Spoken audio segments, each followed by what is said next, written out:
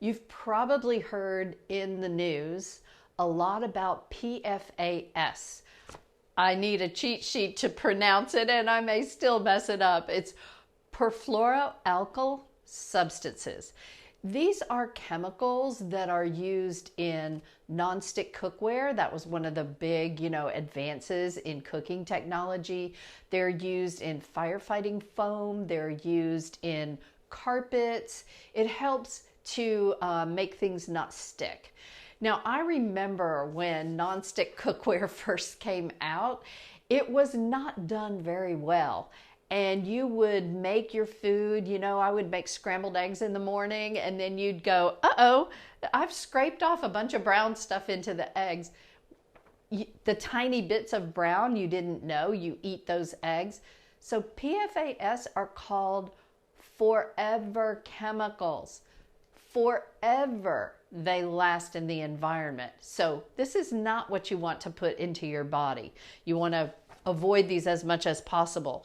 So recently the CDC came out with an outline of the health problems that come from these PFAS, and that these include cancer, liver damage, decreased fertility. What a huge problem we have in this day and age with fertility. Increased risk of asthma. When you're cooking with cookware, with a nonstick cookware, and you heat it up, these chemicals are actually released into the air while you're cooking, and you breathe those, and your children breathe those.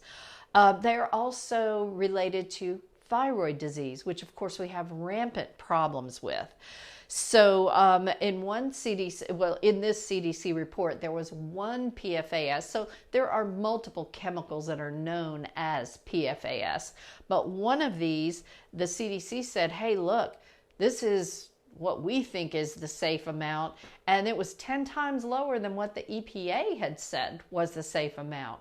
So again, it comes down to, we have really got to eliminate chemicals where we possibly can.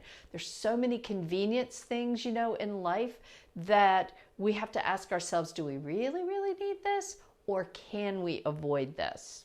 Teflon and nonstick cookware is a big source of these toxic chemicals, and that's a place you can cut them out of your life.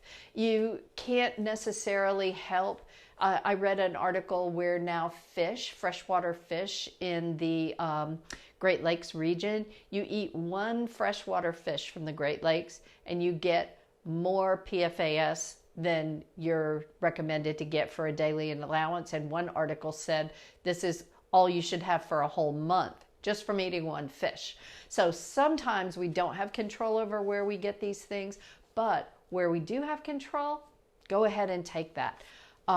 Ceramic cookware is fine and tends to not have food stick to it as much. And stainless steel is another one that is very safe to use, as is Pyrex, the glass. Now, when you get glass cookware like Pyrex, don't get the colored kind, because the green ones, the brown ones that, were so pretty and promoted for so long, those can have lead in them. So get the clear and you're safest with that.